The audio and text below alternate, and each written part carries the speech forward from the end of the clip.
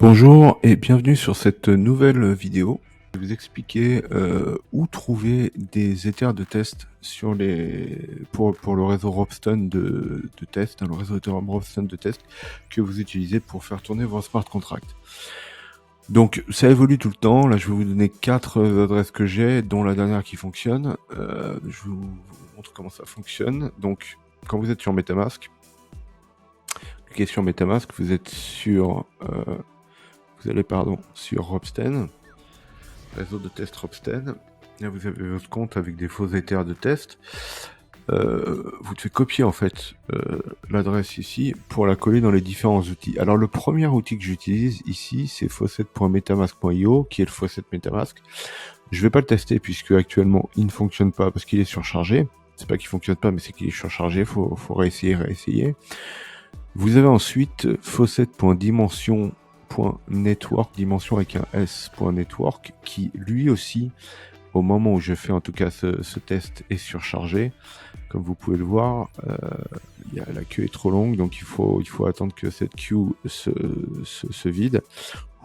De la même manière, vous pouvez réessayer autant de fois. Moi, je vous en donne plusieurs, ça vous permet d'avoir plusieurs options. Quand on est assez pressé, c'est utile, surtout si on veut tester un mint ou n'importe quel enregistrement dans la blockchain. On a envie d'avoir des ethers le plus rapidement possible.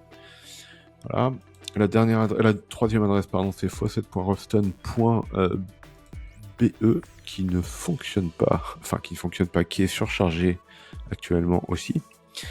Et enfin, la dernière adresse, c'est faucet.egorfine.com.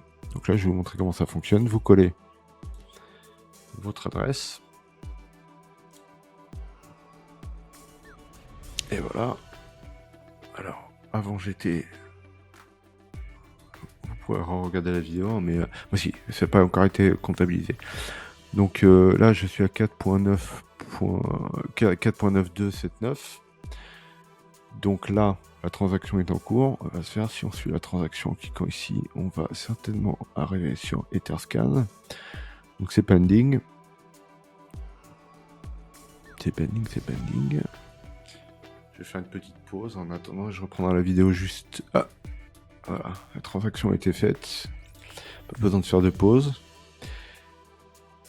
Et vous pouvez voir que mon compte en Ethereum a été crédité. Bon, il a été crédité d'un petit montant, mais sur les premières opérations que vous pouvez faire, ça va. Et puis vous pouvez récupérer. Alors, je sais pas sur celui-là, si vous pouvez répéter l'opération. Mais en tout cas, vous avez toutes les adresses qui vous permettent de tester. Voilà, n'hésitez pas à cliquer, à vous abonner sur la chaîne. C'est une chaîne sur laquelle je mets tout un tas de contenus totalement différents les uns les autres.